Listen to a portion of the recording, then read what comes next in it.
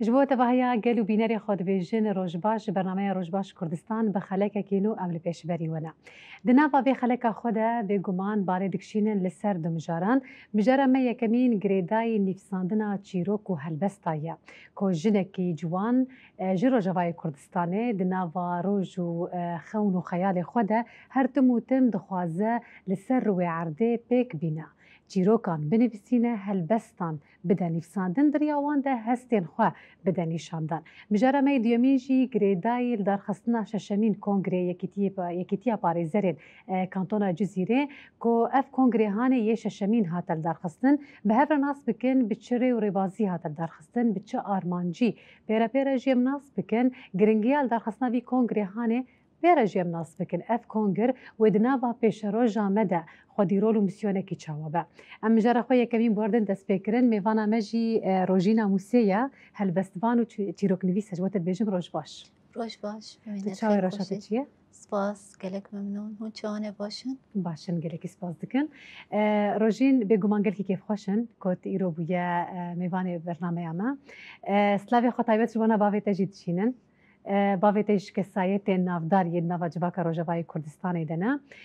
slavê xwe dubare ji bo wî dişînin em destpêk hinekî ser jiyana te nas bikin rojîn tu bi xwe jinekî ciwan e ji Rojavayê Kurdistanê ye çîroka dinivîsîne helbestan dinivîsîne pêrepêre ihtimalê em tiştên nû jî li ser jiyana te nas bikin û bi hev re wan bidin xuyanî kirin jî destpêkê behsa kesayeta xwe û jiyana xwe ji me bik em bi hev re wê bidin nas kirin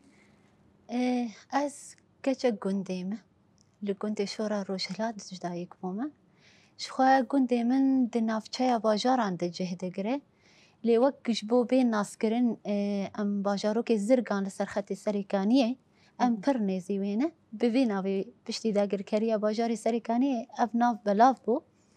ez nêzî wê texê dikevim xewn û xeyalê min ê zaroktiyê got min dixwest ez derbixînim ji xwe zaroktî em bêjin çîroknivîs helbestvan ew mijar di mejiyê me kok tune bûn lê mijarên em dibêjin mawadî înşaîyê min ji wir de dest pê kir pir xeyal mir çêdibû ku ez wî mijarê got mamoste bidin min hêla dibistanê û ew ê de ez tê kûr diçûm yanî ferqa salê bi mir çêdibû me ew çaxnivîsî ev nivîs ê min in pirsnîşan bi mir çêdibûn lê di derbarê nivîsê bi xwe qey gomere dike ji asta êşeke xurt heya ew hêza pênûsê çê dibik û gavê xwe bavê jî em bêhtir binivîsînin ji xwe êşa me pir dijwar bû êşa me ne tenê kesê got em li wir jiyan dikin êşa her tevayî got kurdekî welatparêz hezkiriyê xak û welatê xwe bû pir êşiya bûyê bûyerê em jî belkî êşa me bar girantir bû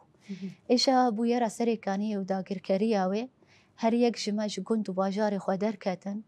rast di me berê xwe da bajarnê ew jî bajarê me yê lê xelkê tê di hinkî ji me xerîb bûn em nikarîbûn di wî cihê de zû bi zû xwedî bin li wî cihê em bêjin wek bi erebî dibêjin teeqlum em zû bi zû teeqlum nebûn bi wî cî ew êşa me bû sedema got min rahişt pênûsê di 2019 de û ez binivîsînim lê gelo ew pirsa got hûn jî bikin û ez jî ji xwe bikim çima çêroknivîs çima ne mijar nîdin ji ber got nivîskarî gelek cûreyê xwe pirrengiya xwe jî heye lê çîroknivîs bav û kalê me tîne bîra me her şev bêhêrkê me çîrok ji me re digotin ta îro ew çîrok di mejiyê me hat çandin nehat ji bîr kirin belkî kêm bû belkî ne wek rêbazê ji me re digotin lê naveroka wê cewherê wê di mejiyê me dima ji ber vê helbijartina min ji hêla çîrokê yekser ji bo di mejî dibimîne bûyer û êş û iskinceyê got me dîtin dubare nebe dîtir neyê ji bîr kirin nifşê pêşerojê bibînin ka ev nifşê çûyî bi rehetî jiyan kirin an bi êş jiyan kirin rast e yani xalet alî ser ziman te got çima çîroknivîs kesê got ji bav û kalê xwe ji dayîkên xwe di wan şevbêrkên tarî de çîrok guhdar kiribin matmayî namînin nabêjin çima meselen rojîn çîroknivîs hilbijartiye ji ber ku pê dizane çîrok tişta got di mejiyê mirov de dimîne niha pirê çîrokê got bavê min ji mir gotine باور بک حتی وی کلیه هان تبیرا من بلکی بویره کو من دریا دبستان دا دیت بن من گوداری کربن من پرتوک دیروک دا خواند بن جغرافیا دا خواند بن من اون تقت نایم بیرا من لی چیروک گوهاتنه گوتن او تی بیرا مروف روژین استخوازم بهتر آلیه چیروک نویسی داشتناس بکم مثلا ریباز یا جی چیروک گوتن تنویسینا گردای چنه هری بهتر دب چه ریبازی جی مثلا وان ده نویساندن چیروک گر پیو گوتن خواه نه نورمال به نه الگوری دووکیا جواکی به ده او جوهر و رحی چیروکی ناده جبروی اساس گرتن لجمد هلا نویسا چیروکی ده یک جه پیوین می جواکی بره و ریبازی راست نویسا کردی دیتر بویر گفسر مد قومینی تایبت دناوا دکوانه کد ایش و آزار ملت کرد هم هلا جواکی هم بویرین سیاسی شخوا هر جوره جی هفدو گره ده کف نشوپین کردان يعني ام بيجن او رحي جنديدي رحي آليكارية حسكرني وكفيد نقابة وانده ازوايات تمو تمتين من زمان جبرقو اف چانتك دفيني ونداكرن مخابن دمي ايرو حياة اصتكي هاتي ونداكرن دريا چيروك خود از ببيرتينم شخوار هلا ريبازي نویسا چیروکی ده او نورمال هر کس دزان کس نکار پیوانه وی بشکینه بویره که تی بگره دست ده هلا وی بویره ده تی بهونه بپیو گوتنه خواه هستی خواهی بین زمان یعنی پیوست کسی گو خوینر بخوینه وی چیروکی رحی وی هست بونا وی نویسکاری در باسی وی خوینری ببه یعنی کاربه و خواه بکینه وی ایشا گو نویسکار دخواست در ریاضا پیو گوتنات بکینه هف بری کام چیروکی گوداری بکن امن ارتکاره اگر دریا وی چیروکا هانه دا هستی خواه کم زیده بگهینه ما و بینرم کرم بک چه چیروکا؟ شخوا چیروکا می بسرناوی خواه کنه لیتشکی کنته تنه براسته سدم چی گو سرناوی وی اوه و ناوروکا وی نه اوه امید انجام چیروکی دبکیشن هف چه دیبه کرم بک کن خانی کی آخ جلکک جکلاف بالگی او ددوشک پنجره یک آلی یک شکستی و یه دنجی درزیه دریج پرده یک اتجاه قله خانیج یک اوده بو دو قنجک ده شرشوک جه سرششتن و بششتنه بو دو قرزی دنجی ده آمور مطبخی بو چند سینی قدح و تاوک کپیای لوینین راخستی و میرکی ترنکری دناو ده و آواویل بر سری ویه هفجینا ویجی دو قرزیه که ده تان دوچه و تی و کار مالا خود که کرکی بچوک چلروکی چلینی ده درگوش خود بو هر چند کلیان دنگ پیدکت دوزا شیر دکر دیاوی بیوه دهات او تیر دکر و دوچو کاری خو بردوام بکن کچاوانشی 7 سالی بو هر سبه بگری دوچو دبستانه و بکن فدگری آماله کچاوی مالباته پر خوشک و زیرک پور دریج رو لحف و بجناوی وکه تک ریحان بو لی بخوشی زمان دریج بو هر سحاری دیاوی او جی خورا دکر چاوک گرتی و یک وکری و باوشین کر خوی لروی وید دا بدنک سست هما نیف خو نیف شیار جلین وی لی دکر بری وید دا دبستان وانشی سری کولانه بو نه دخواست بری خو بده دبستانه جبر پرسان بگومان و بگری ودگریا لیجی ترسا دیا خو نکاری بگوتانانا درباسی بر دریه دبستانه بو و بری خدا رفی خو هوالا خوی خوندنه پیرگیوه بو کنیا بدنگه کی بلند و بکنه خورا گوت واهات خودیا جلن قریج و گمار کش دنگش خوان آنی و دریا خوده کنکی بگیری دای و ریا خود تمام کر گهشت بر دریه رفی خورتی حوالی وی گوتی ایروش بهن و قریش نوهاوی گماردان که مزن بینن ام وی گماره با آویجن دیسا کچ کنک بگیری و خمگینی دا حوالی خواه و رونشت هر اف قرف بیدکرن تداوی ساعت دوامی قدیا بری خدا مالی لی هر کو بری کو درباسی مالی ببه خمگینی لدر و دهشت تنی کن و خوشی درباسی مالی دکر دمک درباس بو و کچ هر کو که چه دگوت تنه بکن و دگراند بی برسف جبنیده دیاوی خواست چاره که ببینه گلو چما کچاوی و صالح هاتیه هر پرس برسف نقاش بکن تنه و دگرینه دیاوی کچکی بجیشکک نما و او نبر بایوی لی تو درمان تنبو بجیشک لسروی روشی ما بو حیری لی بخواجی هن جوان دگوتن او کسایت آوی وصایه نورماله لی دل دایکی نراحت بو تره باز نما و پیک نآنی لی هر تشت والا بو لی گاوا لسر دیا وی خست گو تشتک بدستی وی در نکت جبو علاجا کچاوی خست باوی وی پیرا رونی بلکی خودان وان ببسر ریکی ددانی عسری بر ایواری ده کچ جکولانی هات پشتی لیستوکا وان قدیا بری خدا دیا خو او گوت از برچیمه دیا وی گوت بچه سر چاوین خو بشو و لجم باوی خورونی تا از خورنی آماده بکن چو باوی خورونشت بروکنی لید میزاند و باو لسر پشتی چاوینوی وکری بو لحیف دخواده ورکره بو لی تو پید حسیه گو رولکنه هر او باو رولکن بو کشی دکنیه دیاوی هات سفره خوارن دانی و گوت کچامن بچنان بینه از ایجی باوی ته هشیار بکن که دلالو رابه من خوارن چیگر نان دناوا آوی ده نان دناوا آوا با جانان ده چاندیه جبو کو نرم ببه او دکاره بخوا هین هفجین آوی دنگ لیدکر دستین خوا دریجی وی کر دستین خوا دریجی سرسینگ آوی کر تاوی تبگر ببه او هشیار ببه لی چاوا دستی وی گهش دستی وی دیت لاشکی بوز جمدی پروی تبگر کر رانب به دنگکی بلند او کل جاندنجی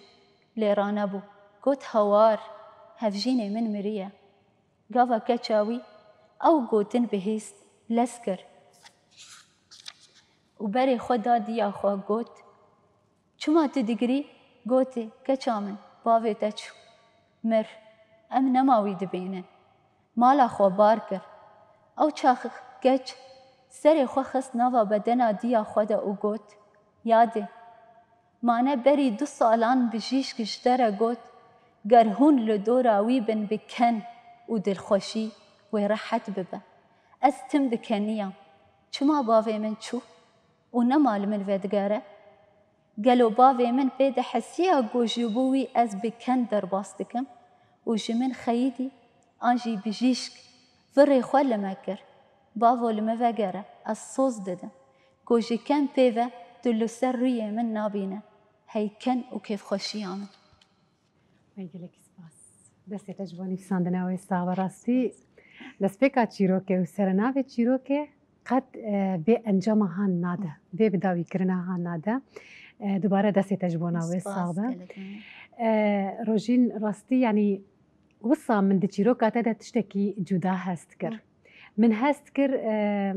معقوله تشتکی کومروف راستی دجیانا خوا لسر روی عرضه مجیان کریه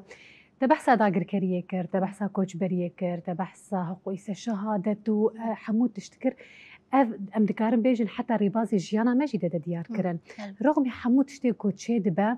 قالي كرد تايبت قالي كرد ام دكارن بيجن جيانا خوا رغم حر تشتيجي بكيف بعشق بكن هروها بهيفي بردوام دكا ام دكارن بيجن قالي كرد بتايبت هر دم بدل نزمية خوا بدسينكا خوا يفرا بمجية خوا رولكانية حسكرنة ديار دكي هر كسي دردور خوا قبول دكي لي بيقومان ومخابنجي كسي دردور بفي ناريني لقالي كرت ميزاناك لي بالي نارينا وان هردم بتشرنجية قالي كرد ببورين سرفي تيجهجي أزبدم خشيما نزانا لی او از دخوازم دهین در چیروک خود بدم نشاندان ابدل نزمونا ما باقش بونه راستیه که ام نزانن نفرال خوب کن نل در دور گر ام جکسه که حزب کن ام بدل و جان نیست بن لی هگر در دور عمل وینارین الممیزت که ام نه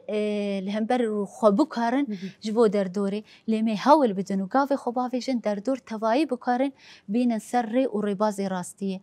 و تایبت لسر وی چیروکه هنکی جدای لسر نتوامه سر گلی کرد گریدای بلکی او بشي هستي من ببابي من في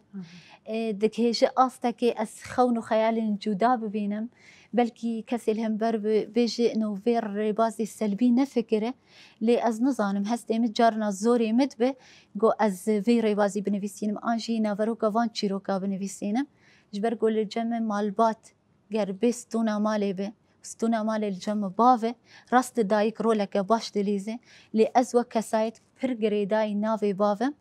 جبروی از وی هستی دردخم و از بید حسم کسی بباف بچرنگی جیاندک. بله. بچه لدوسی خاتمان شبکن و دوباره وگرن مجرد خواب هفره بردوام دکن. بینری ماش خوا دوسیا ما آماده یا دوسیا ماجی چیروکن زاروکا یا لیوه جاره به ربازه کی دنا و جواته کی زاروکا هاتیه چکرن دوسیا ما آماده یا کاملی تماشا بکن و دوباره لو وگرن.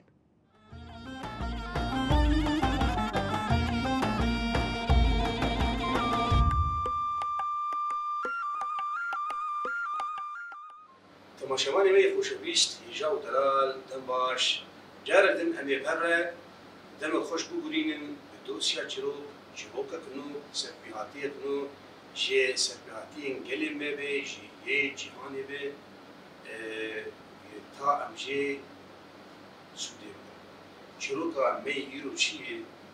دویجه 3 زلامن هنگر 4 زلامن به گرمی بلز و بس هوارا خبرنه قاضی دادوان چون محکمه بودی فلان کس بری و پشتی شروع بری و پشتی ولا بری و پشتی ام حیفا خوشیدینن کابرا به دادوان و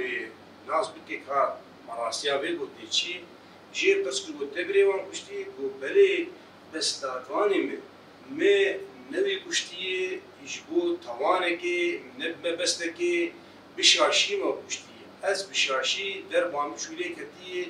نبود زنای نابینا موید هبو خدای وکیل تبع ارمسمه رابو مانگو جیر بود ابدا چارتن الا دویت جدیر لا بریم بيبشتم لا حول ولا قاضي ما حالك يحيي كاوي شوابك ايجو ربنا امري مش خدير ماضي شواب بس بهيدن ازهر جم جا خوب باوي خبري خزارو كيف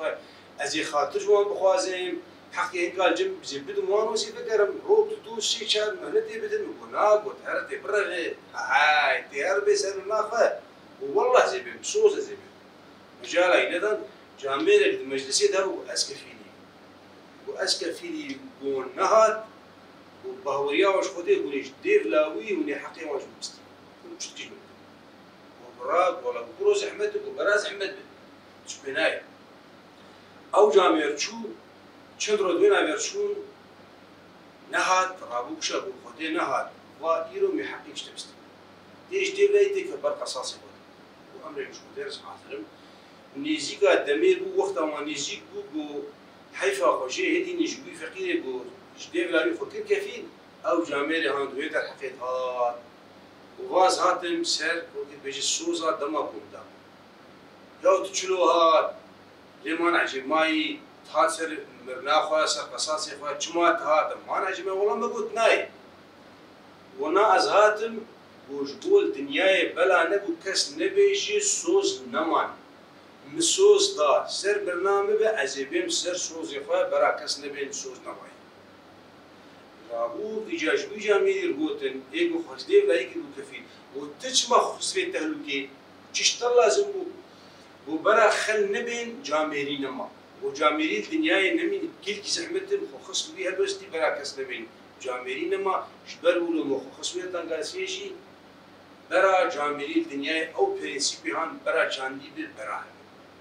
رابو خودیه زنامه گوهاتو بو کشتنشی جامعه را چی گفت گومشی او عفو کر وکل بيجي الوجه خودي خلاص تشكي مبكر نما راق والله چما وعفو كر چما هم تحقق بري گوشبو کس نبی عفو دنیای نما عفو هي البرنسيب المبدئي دلال برا داويا واني ودبينين بيتشاوا دما بو برنسيب ومبدأ وبهوية باقش لجهاني للدنيا هلوستا ذهبن دنيا تشخاص خوشي وفيتروكي ودنيا جي خرابونا بناي تم اوجبات بخوشي جيانا خودكي بسر بلنداي مسربستي تاجار الدين ومبمين خوشي دي قلت بخاطري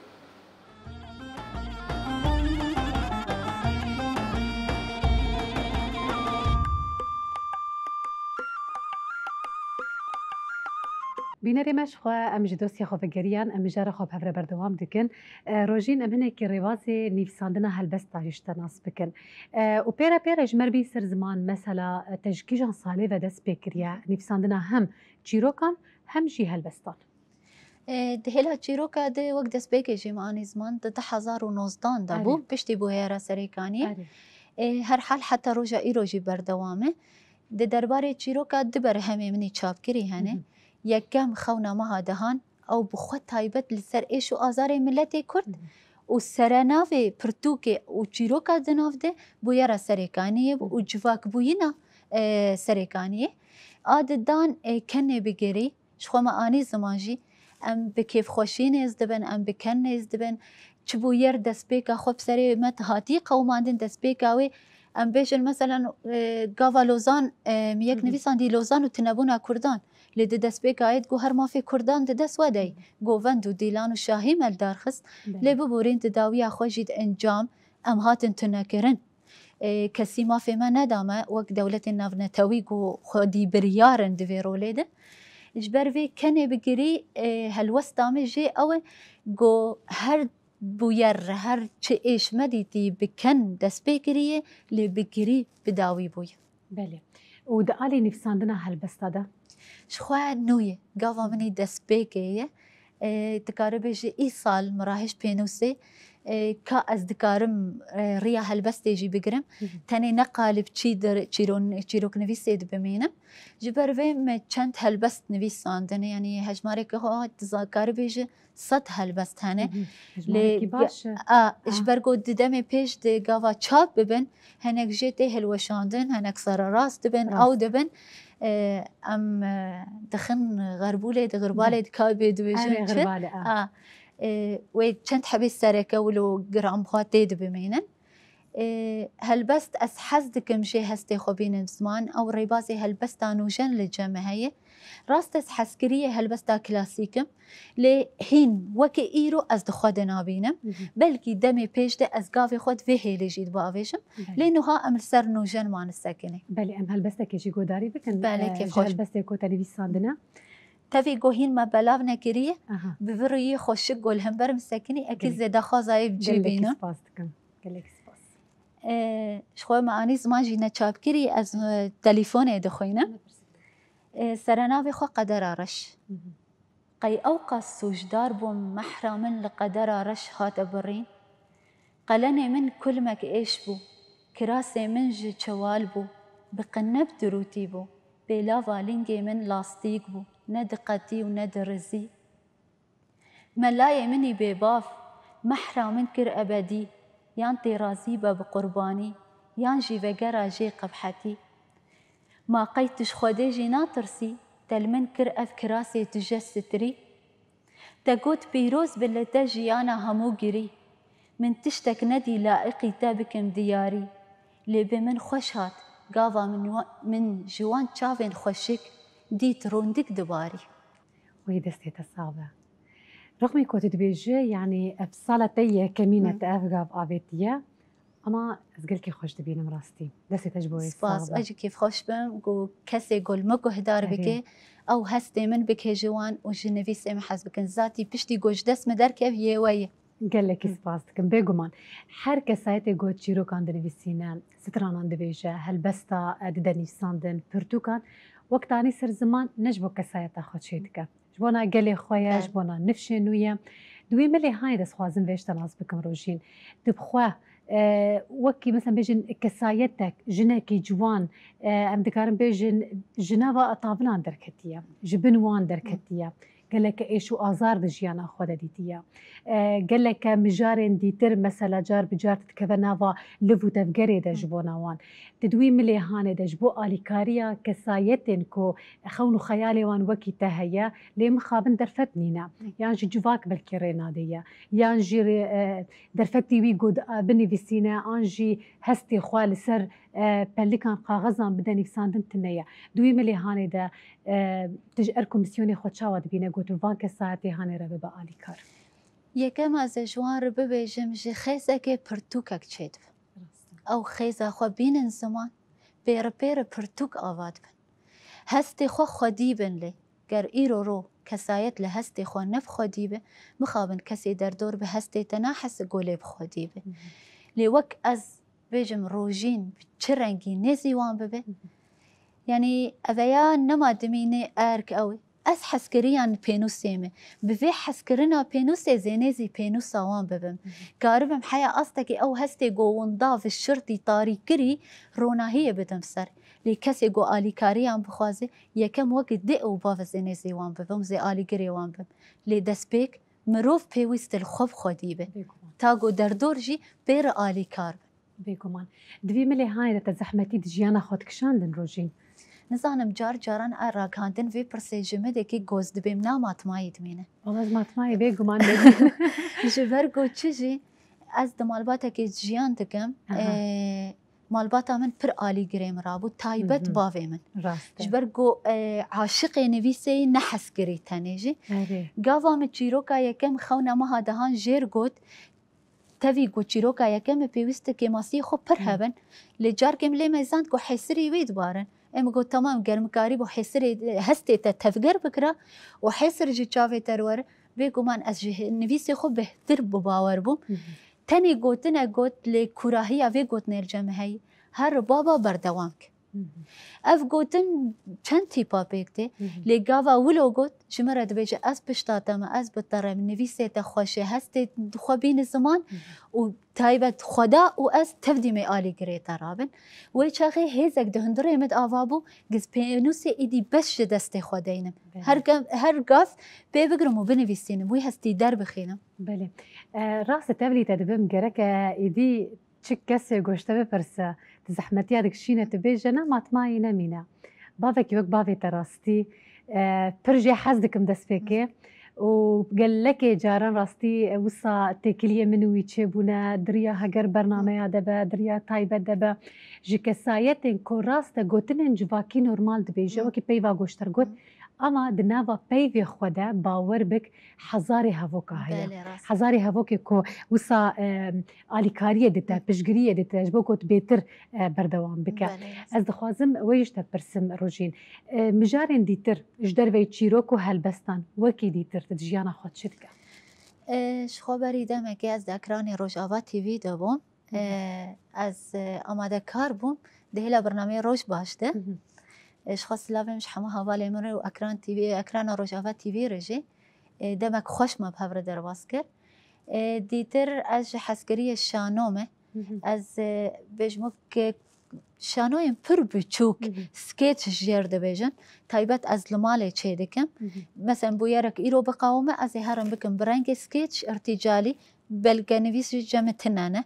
tenê tiştê di mejiyê me de ez tînim ziman û weke komek nîv komek melzanîngehê jî ava kirbû piştî ez derketim mixabin ew hilweşiya jî ez di hêla yekîtiya Rewşenbînê Rojavayê Kurdistanê hererekê jî de ez cihê xwe tê digirim û dîtir çi girêdayê nivîsê me be festîval çê dibin şevbihêrk çê dibin ez cihê xwe navan jî de digirim belê her bijî ji bo te yanî em dikarin bêjin jiyana rojîn hemû tijeya rojên wê tijene heta astekê te xewn û xeyalê xwe pêk anîne yan tiştên cuda hene hîn te pêk naniye helbet got mirov bêje xewn bi dawî bû jiyan bi dawî dibe lê cem xewnêm ticar û ticar bi dawî nabe yanî bawer bi govê heyvê ez bên va veya bicî hat te dî yeka div ji xwe berderket ez dixwazim weya dijî bicîbîne lê wek encam giştî ez bêjim heya asteke baş ez li ser jiyana xwe razî û rehetim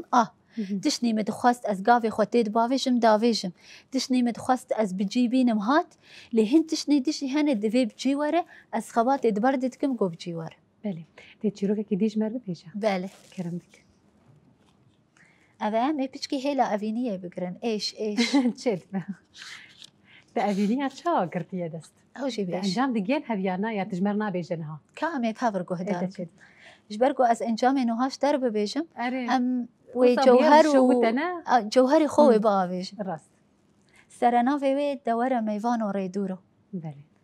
بۆهارە خۆش بۆهارە گولیلک و بەیبوون کێفخۆشیە دلانە کەچ و خۆرتێ گوند لە ناوە گول و نێرگزانە دناوە چۆلاندا دگەریان هەر بە ڕۆئاوا کەچا بەدەو بەرێ خۆ بە هەواڵێن خۆرە ددا ناوە کولیلکان ji xweşikbûna wê te digot heyv li ser erdê dimeşe. Xortek jî di nava erdê xwe de kulîlkên xwe av dida. Xort serê xwe rakir û li çibinere nêrgiz û beybûn serê xwe tewandine li hember xweşikbûna bedewan. Çavî wî li keça bedew ket. Ji xwe re pirs kir. Gelo ev kî ye? Keça kê ye? Na, ev ne keç e. Ev firîşteke ji esman da ketiye. Ko wê bihinekê ji ronahiya xwe li kulîlkan belav bike û wê biçe. Nalo, ew stêra mezin e ya esîman hatiye silavekê li bedewên wekî xwe bike lê belkî ev e ya ku jê re dibêjin kulîlka Nîsanê. Lê ne Nîsan e, dixwest hevalnavekî lê bike li hember bedewiya wê kêm e û ne zêde ye. Dilê min çima wisa lê dide. Ez hemû dilerizim. Zimanê min disekine. Firîşta esîman jî bi ber de tê û her xort bi xeyalan mijûl bûye. Av jî di ser golan de derbas bû û diqulip e. Her bala wî jî bi ser hev de tê qulaptin. Keça xemilan dî bejin rêhan, porsorî tarî, stûrî dirêj, çav belek, bijankê qulap dî, lêvên nazik, pir li hev hatî, kirasê zer li bejinê berdayî, keç nêzî xort bû. Ha xorto, tu bi xêr hatî, quwet be. Xort, li dora xwe meyzand û li xwe nerî û got. Ha ez biborîn, kerem bike, bedewê. Xorto, ez dikarim guleke ji sor rakim ji gulên te yên bedew? Belê tu dikarî hemû gulan rake, lê gul li hember bedewiya te xemgînin û ji xwe şerm dikin. Gula xwe rakir xist ber porê sorî xelekî, kenî pişta xwe da xort û berê xwe da malê. Her keç dimeşiya, her xort dihiliya. Pişt re xort got, ji xwe re. Ger tu hebe li dinyayê tê ya min be, yan tê ji erdê re be. Dem derbas bû hev borî, her ew keç û xort hevdû didîtin û bi hestan bi hev re diaxivîn û bi rûkenî silav didan. Rojeke hat û xort xwest hestê xwe bi keça bedew re parve bike. Gava dît, keç ji wê de tê, berê xwe daye û gotê, keça bedew. Rist û benika bi gotinê xwe ve nakim. Bi heskirina xwedan ji olan re min ji te hez kirî. Ger tu jî hez dikî, wekî her car bi rûkenî silav bide. Ji bo ez û malbata xwe îro meyvanê mala bavê te bin. Kes jî weke her car rûkenî da xort û pir di hundirê xwe de kêfxweş bû. Bi lez û bes berê xwe da malê. Ta xwe kil û neynik bike û li benda xortê xwe bimîne. Lê gava gihişt malê, li ber deriyê malê, diragên nenas li ber derî bûn. Deng û ken dibihîst û got, diya min hate pêşiya min. Çavê wê mehlûl bû. Bavê min pir şad û kêfxweş bû. Mamê min bang kir û got, wa hat bûka bedew. Kêfxweş bû. Min got gelo xort, berî min gihiştiye. Lê hîn nebûye êvar. Mejû yek min bir û yek min anî. û her seriyek dengek jê derdikeve û dibêje bûk hat. Bavê min rabû ser xwe, maçî serê min kir û got, pîroz be keça min, îro mamê te behsa te kir. Ji bo kurê xwe û min gotê erê, em razî ne. Here biçe xwe hazir bike û pêşwaziya xwestiyê xwe bike. Ez cemidî, sekinî. Wêneyê xort li ber çavê min diçû û dihat.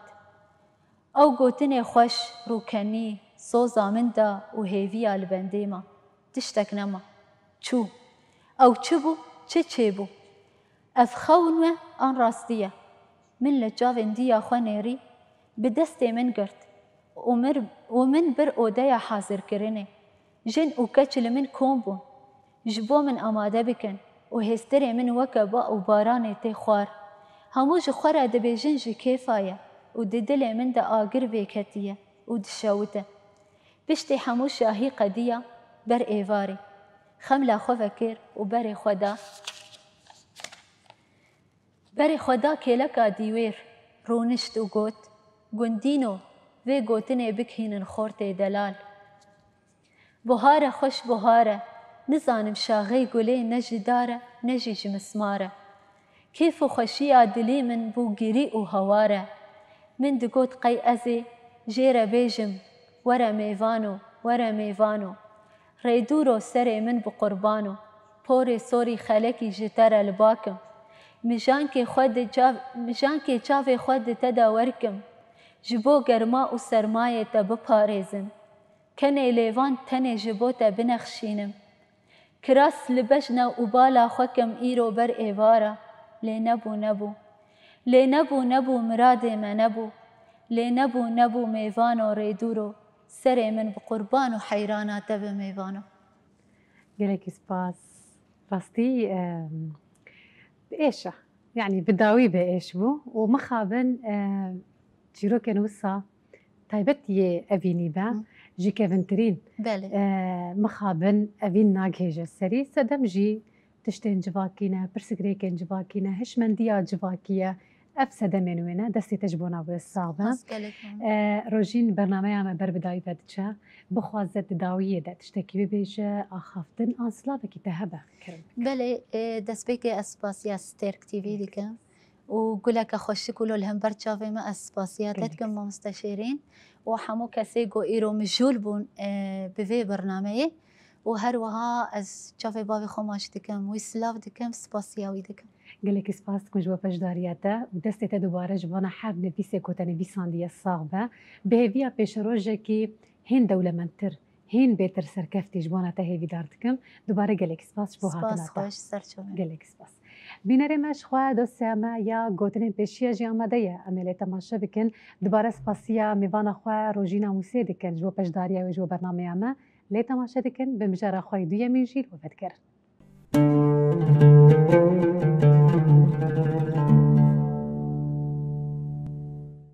گوتنین پیشیان مد دوسیا خدا دو گوتنین پیشیان یه باف و کالان جواره آماده کریه لمن خست دا گری دا پیش من چو گلی مبز جبوه جامعه اوه دجیانا کوملی ده هنکس هنه وصانه کو بحال و روشا خواه برحتی یه هم بری خود خاپینن و رازی دکن هر وها یه سوجدار اون لیک راسی سوجداریه لته دکن و بخوجی دکوین کراسین کسی مخدار و زرار دیتی جویک بچنگ خواه دوست به حوال خود فرن لوی جیانا رنگین هر کس پشتا خواه ده درکه و جور هزی دستینه هر وها چاواکو بلبل بچنگ خود فرن مروف جی دوست و حوال خواه هزی دستینه و پید فرن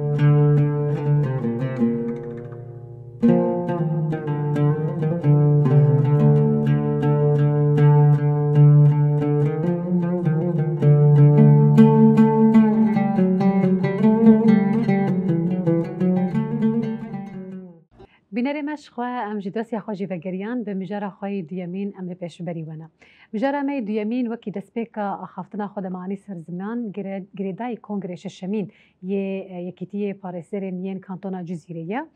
اف بخوا کنگر بریا چند رو جابو نه حیوانه ها هاتل درخستن به هفر ناس بکن ششمین کنگر بچره و روازی هات در باز کرن به پجدریا چقوی سپاریزر هات در باز کرن پیرا جی به چه آرمانج هات در باز کرن و کنگر جی به داخویانیه که هاتیه بداوی کرن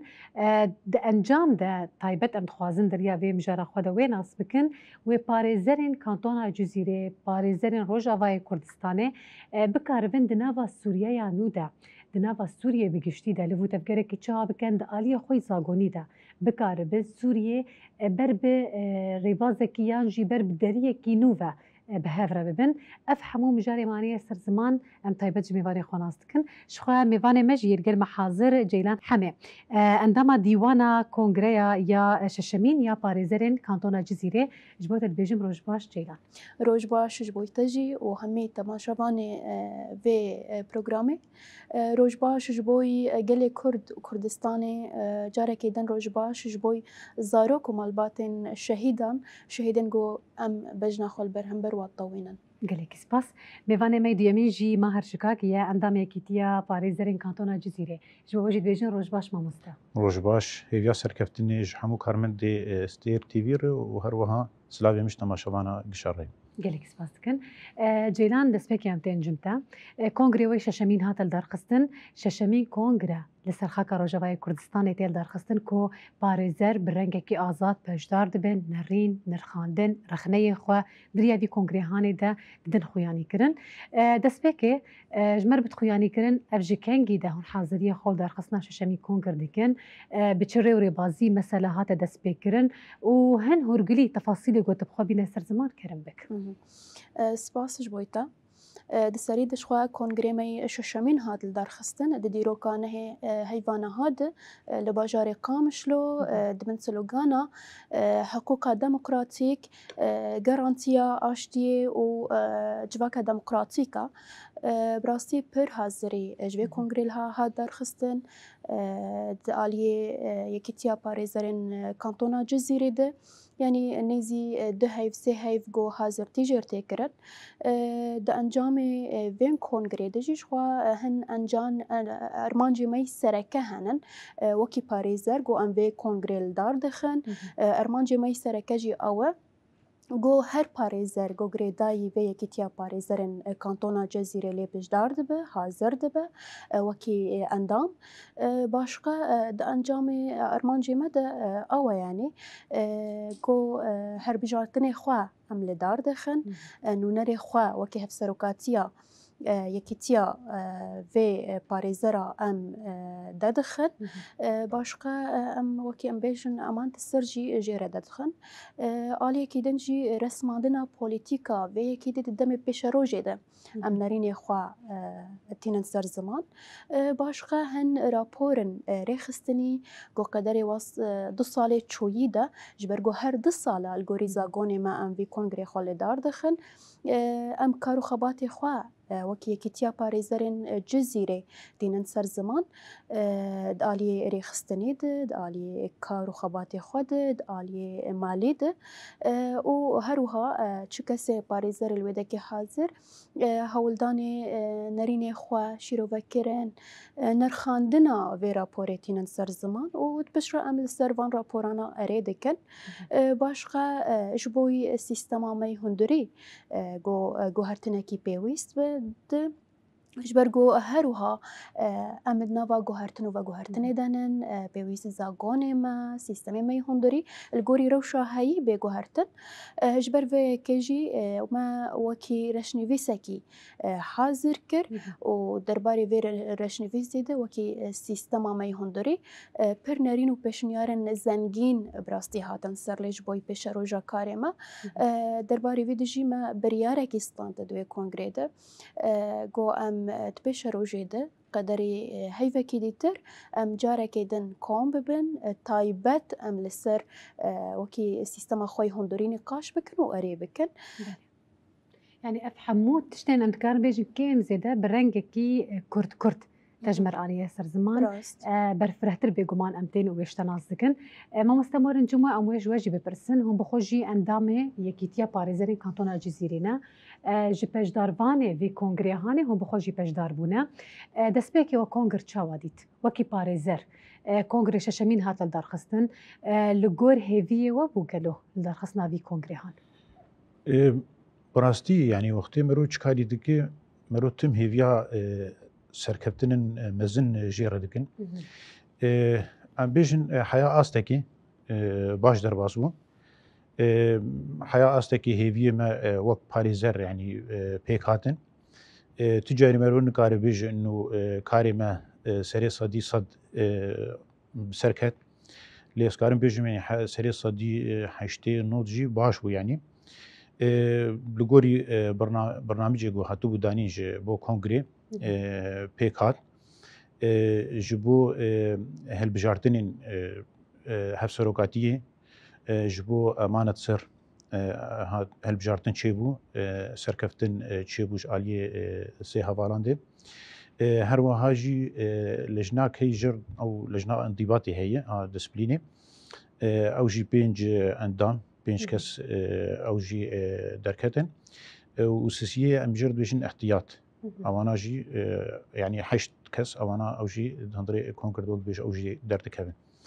اجا هري جرينج يعني جبوما يعني وك باريزران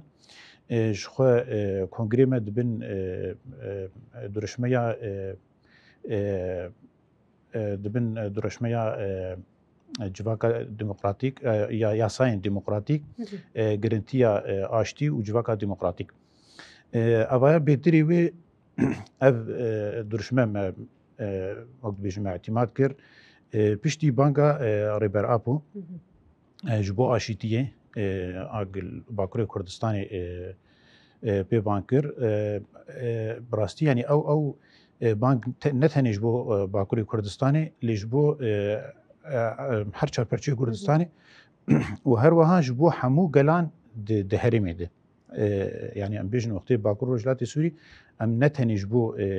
gelê Kurd aştiyê dixwazin ji bo hemû pêkhatî û hemû gelan di hindirê Bakur Rojhilatê Sûrî her wiha di hindirê Sûrî de. Tiştê herî giring ji me re çi ye ji ber ana em bêjin Sûrî di rewşekê derbas bi rewşek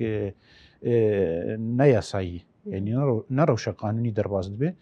ji destpêka ketina rejîma aberê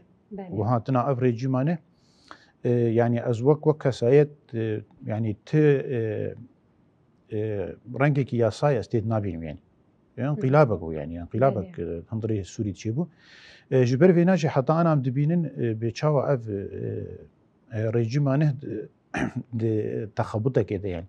يعني نمازاني بيتشبك جبر ولوجي قالك بن بيكرن تيكرن دەستپێک ji berevî û pişra jî di Swêda û her wiha hindirê Şamê xwe dijî li taxan avaya li ser me ferz dike wek parêzer got em karibin bibin bersiv ne ji Bakur Rojhilatê Sûrî ji Sûriyê bigiştî re got em çawa karibin rewşek yasayî em yasayên nû karibin pêk bînin em karibin hilbijêrin ji bo çareseriyê ji hemû Sûrî. Belê. Mamoste warin cuma ez wêjte bipirsim. Bêguman wê kongrê wê şeşemîn dema kotêl derxistin ev encama serkeftina ye. Yekemîn, duyemîn, sêyemîn, çaremîn, pêncemîn îro jî em dibînin şeşemîn hatiye derxistin. Li gor nerîna we bejdariya hejmara bejdarbûna parêzeran ji ber komxwe jî endama dîwanê ne hejmarekî çawa bû. باش بوو آن کێم زێدە بەلکی نە li gorî hêviyên ku kongirda bû pêşiya xwe. براستی هجمارا گوله هاتن حاضر بون کمی 300 پارێزەر بوون ئەم بێژن ینی زێدی نیڤی پارێزەرên گشتî yêgirêdayî kantona Cezîrê ji ber ku wekî yekîtiya parêzerên kantona Cezîrê çar şaxê wê henin şaxê wê jî serê Kaniyê, Hesekê, Qamişlo û Dêrek bi giştî van şaxana nêzî 300 kemî 300 parêzer hazir bûn yani bencam de hejmarekî baş bû ji xwe mêvanê me jî lê hazir bûn nûnerê hindsaziyê rêverberiya xweser em bêjin nûnerê encûmana malbatên şehîda û birîndarên şer nûnerên rêverberiya xweser nûnerên encûmana gel nûnerên meclisa dadgeh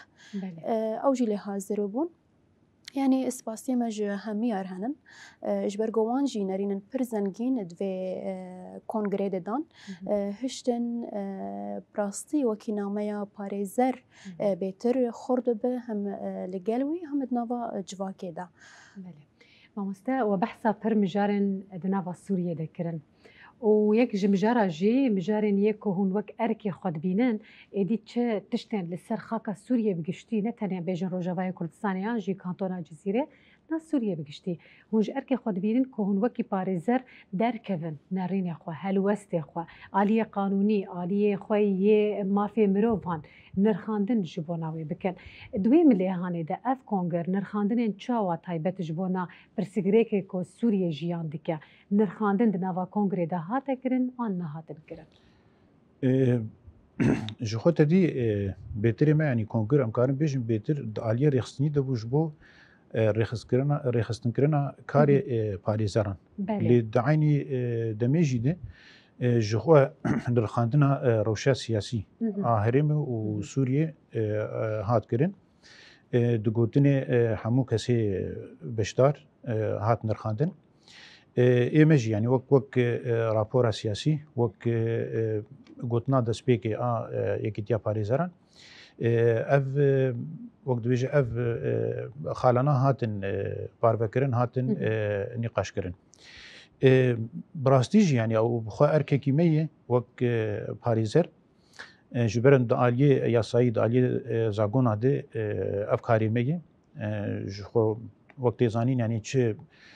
biryarên derdikevin yan jî zagonên derdikevin heta ji encûmena zagonsaz ji xwe endamê Yekîtiya Parêzeran cê xwe digirin. Her wiha wek em bêjin îstîşare wek îstîşare jî radestî encûmenê dikin. Ji ber wê na yanî çi zagonê got derkeve di rojê pêş de dibe ku rewşa Sûrî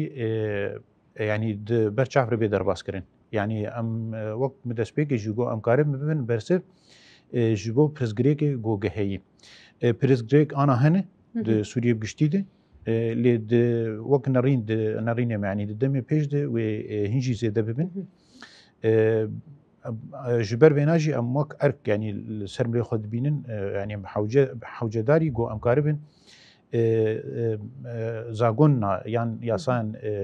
pêşkêş bikin ne ji bo Herêmê ji bo Sûriye bigiştî. Belê yanî rastî mijarên wisa bêtir erka parêzera ye ku bidin vekirin nirxandin ji bo navê bikin û çareseriyê jî bidin pêşkêşkirin. Mamoste Kerem bik tiştekî ser vê mijarê zêde bike? Ser nerînên hevalê xwe zêde bike. Bi rastî parêzer tê xuyanî kirin ne wekî karmendekî ku tenê karekî taybet zelal li pêşiya wî be. Îro parêzerê me di nava karê xwe de pir kar li pêşiya wî hene û nava pir karê de ye. Yekem jê got dengê rastiyê ye. Parastina mafê gel dike wekî tek parastina kesayetekî dike demê ku mafî wî winda bibe. Aliyekî jê yanî doza wî re bi pêşiya dadgehê tê xwestin. Aliyekî din jî wekî parêzer bi rastî bûye alîkar birêverberiya xwe ser e. Ji destpêka avakirina wê de heta roja îro gav bi gav pêre ye di milê zagonî de. Yani em dibînin her parêzerek cihê xwe li saziyekî dirêverberiya xwe ser de digire wekî şêwirmendekî zagonî yê wê saziyê pêş dixe. Di aliyekî din de jî ev zagonê ku li ser asta rêverberiya xwe ser hatinin çêkirin ke da her parêzerekî tê de heye.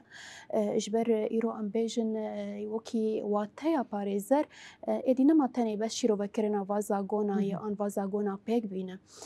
Bûye destî wî jî ev zagon tê nivîsandin û hem wekî prensîbin serekeyê va zagona jî diparêz di nava civakê de. Ya dîtir got doza gelê Kurd doza her pêk hatiye di nava Sûrî de diparêze û bûyî pêşengê vê dozê. Em dibînin îro yanî em dikêliyekî dîrokî taybet re derbas dibin taybet di rewşa Sûrî giştî de tiştê got çê dibin sûciyê got li ser pêk hatiya çê dibin ne tenê vî kongrê xwe de jî em tînin ser ziman lêberê rojane de pratîkê xwe de wekî hiqûqiya parêzera got em xwe kom dibin daxuyaniya li ser ragihandinê de dixin em piştgirtiya van sûcê got li ser gel û pêk hatiyê Sûrî em qebûl nakin red dikin em ban dikin her saziyên navdewletî zagonî يعني خودي ماف بانوات كن جو درباسي السوري بن وبراستي وكي أركي خوي جدي بيك بينن السوري دج برجو تشتي جو تيكرن براستي سوجن شرن سوجن دجي مروفاهية جو بيويست تدخلك عاجل بكن يعني أمد بينن كارما جلكي برفرية دروجانه ده بيويست وكي شروان وكي بيشنجو أمكار بكن دهر آلية جواكي ده. بله نها کنگری وجی بده خویانیه که بداوی بونه وسایا راست ام نافروکا ویدا خویانیه هنج وناس بکن اشخوا وكنها معاني سر زمان جي ارمان جي مي سركه او بون دا خويانه كي داوي وكي بنافي باريزرن يكي تيا جزيره ما دارا كاندن ارمان جي مجي او بون ازنها خالب خالتي نم سر زمان يكم بشگرتيا برنسيفن ودسكتفتيه ريفربريا خوسر يا ديمقراطيك الاستا باكرو جلاتي سوري باشقه بشگرتيا ريا چارەسەریە کی سیاسی و پێک ئانینا بریارە نەتەوی بژمار 1954 دەرکەتە ساڵە 2015 ده باشقە ئەم بژگرتیە سیستەمێکی نانەڤەندی لە سووری دەکەن و رێورێبازن دەموقراسی پێک بێ باشقە ئەم دەبێژن گارانتیەکی يعني جبوي دادگەها گوهری ام بگن آواکرنا دستایکی نشتیمانی گو هر پیک هاتی نوا سوری ده وکینو نر جیخوا دوی دستای ده بگره باشقا جی ام دبیجن بشگرتیا گو مافی هر پیک هاتی و نونری هر پیک هاتی گو بریاری خو بدن ده کنگره گشتی دل سر آستا سوری ده و گو تمثیلا و نونرتیا و هبه ده حکومتا گوهری یا گو نول سوری چه بویه باشقا ام بشگرتیا مافی گلی کردکن گو مافی وینا بیم سوگرگرن ده دستورا سوری دیا گو پیویسته نه بینی فساندن و هر دمه ده مافی هر پیک هاته لسوری باشقا جی ما ام دخوازن وکی نامه که بشینن تایبت جبوی انجمانا حقوقي مروفاهي يا نتاوي يادي ترجي انجمانا وزاري يا يكتيا اوربي تايبت جبوي ما في ريبربر بريز عبد الله اوجلان ام داخواز دكن بگشتی داخویانی ما او بون و هروها امی برخوا بدن تا گوشین بکن حتی گو ام بگن وان ارمان جو داخوازن خوا بله ما مستمر جموع ام حرتمو مثلا هاد نبان رخاندني مدى ام بحث سوريا يعني جدكن حكومة افغويز بتشري وربازي نزيكي قلت با مخابن حطاني نها بالرنجك قانوني زاغوني لسروي عرضي ندادقه بيكتن نباري زرهنا يعني ام تكرم بيش آلية خوي قانوني تيك جار تشتكتنية ام تكرم وشاوة تقاس جيبكن ايرورو مثلا ام دبينن كسيكو نونرتيه دكن ج کسایتن کو حتی وکریا هانه جبونا دولتان تین خواستن سوجه شر کرنا کشتن کرنا کسایت سرجه کرنا پر کسایت هنه ایرو بونه پیشنک وان دانین جهن پر نافدار دوی ملی هانه دهون وکی پاریزر تشتن وصاد نوارو جفا خودا چوان درخانده دکن پیرا جی مثلا کنگری و چوا بکاربه ببا خودی محرک دناوا پیک آنینا مجاری کمانی سر زمان کو ایدی زاگون دادگه پاریزر کسایت قادیبن دادگه جبونا وان کسایت هانی بین الدار خستن نه در روجاوای کردستان ده نه الباکور روجات سوریه نوا سوریه ده بگشتی براستی جبر يعني ريجيم هلوشجي ام قارن بيجن يعني او روشايا ساي هدي نما بو يعني جبر قالك بن بيكرن هاتن كرن دما في قلي سوري ده يعني بمليونه قلي سوري بتشولاك بمليونه هاتن كشتن بمليونه دبن كونا د مخيمات د جيان كرن افقش روشك هلبت نا يا صايبو اللي بيشتي يعني اف ريجيم جيكت وريجيم دمكي هات براستي تشكي ياساي نهشت يعني بيجن دستور سكنانت احزاب سكنانت دادگاه نهشتن يعني نتنی آنم بیشن هریم آمده جخوا حکومت تید کار ناکه محکمه گش دادگاه سکنینه لی اما جیگوگ او لی هنجی بیشن وک حلبی یان وک ادلب شامی دفری گوگ او تید حاضرین جی تشکی یاسایی تیتنه يعني لغوري خو حرتش تي عيار كرين لغوري وان لغوري خو دادگاه بريفه دبن بيتريوي لسر امبيجن فقه الاسلامي يعني لسر شريعه اسلامي بيتريوي ناد مشي واف براستي اف زاغون يعني قالكي كان بونه يعني حتى انا امبيجن دولتك وك السعوديه و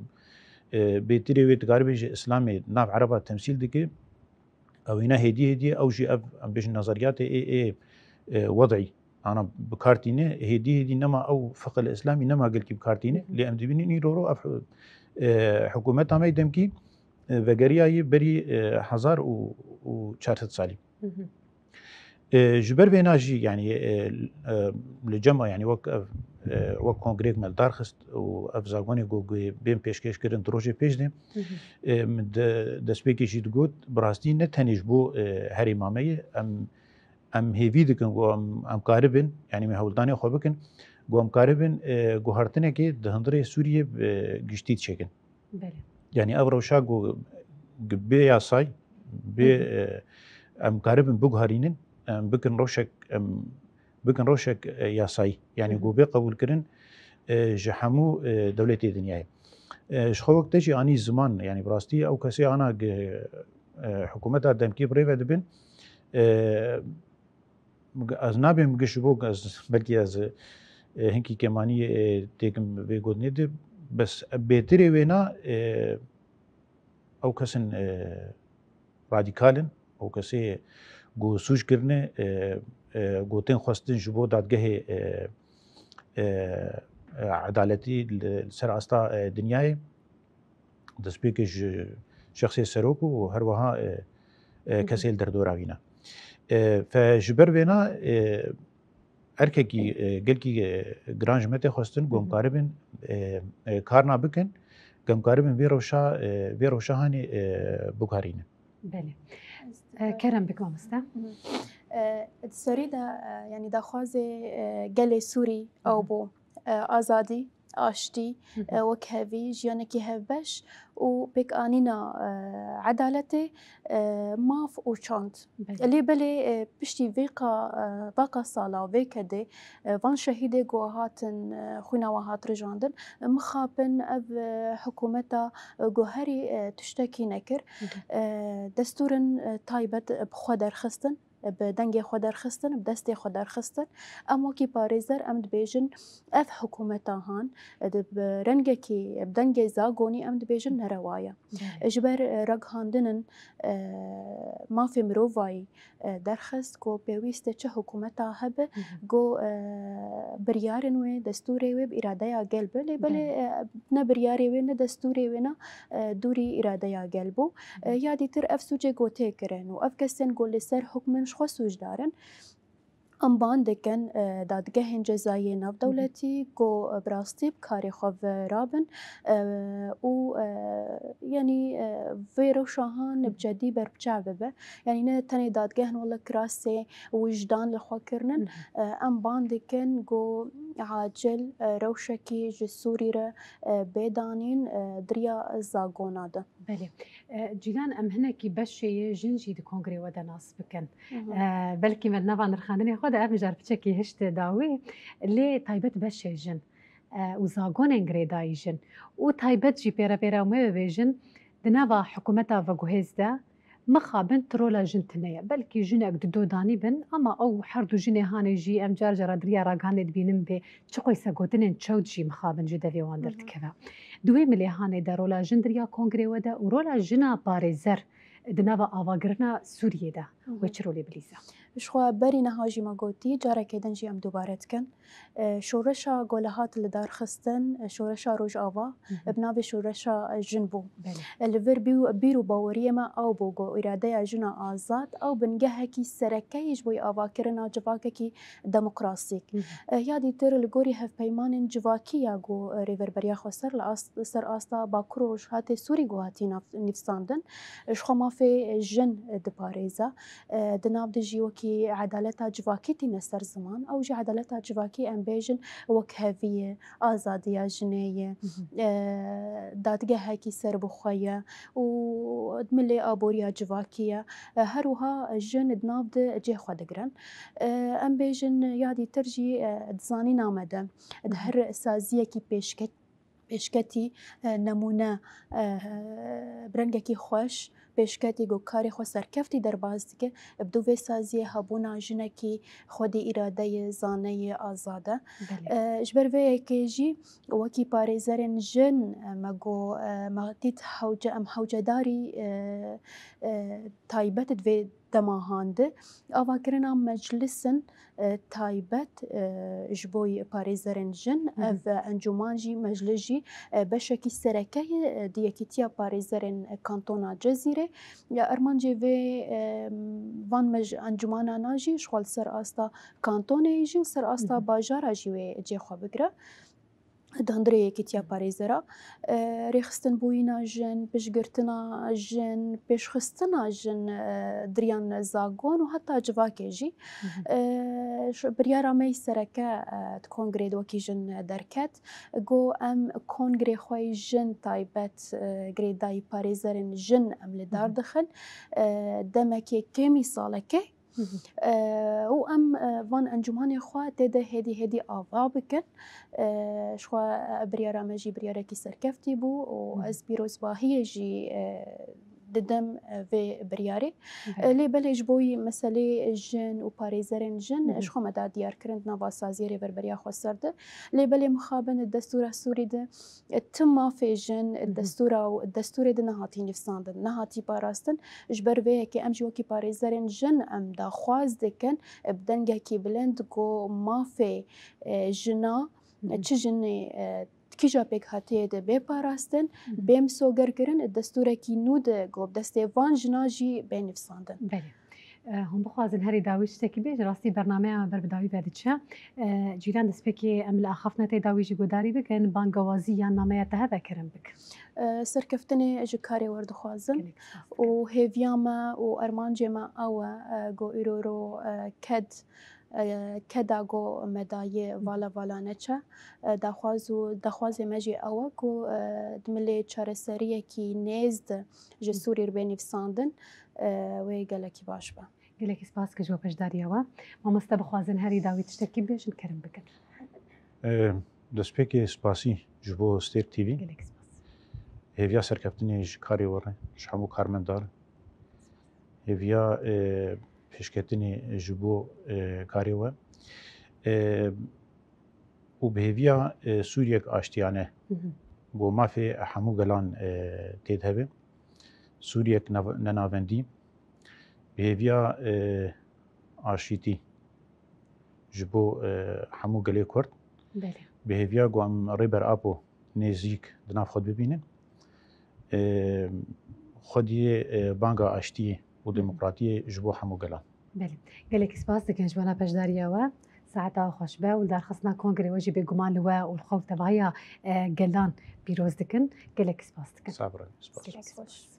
بینری ما سپاسیا ود کن کوب خوشی حتی ذکری المت ما شکریه دم جارن پر خوش ما ایروج وردان نرخاندن ام دچن لدوسیا خویات چان تماشا دکن و الفيدراج ورد بیجن هون هرشات و بختوار بن.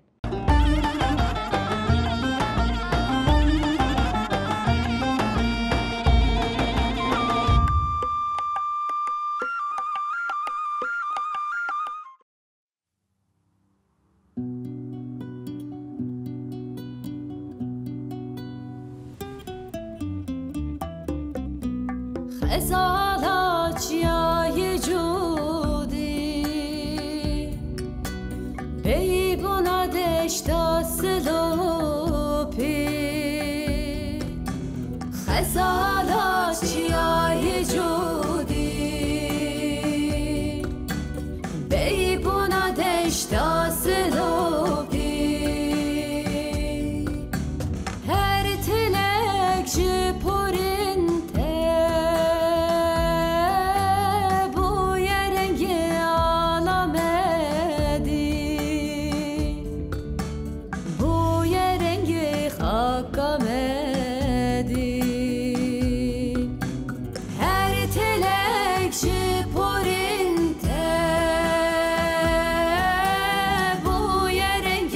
آلامدی بوی رنگ خاکامدی ترو کنا گهلا دیلانا سرچیا ترو کنا گهلا دیلانا سرچیا تو سوزا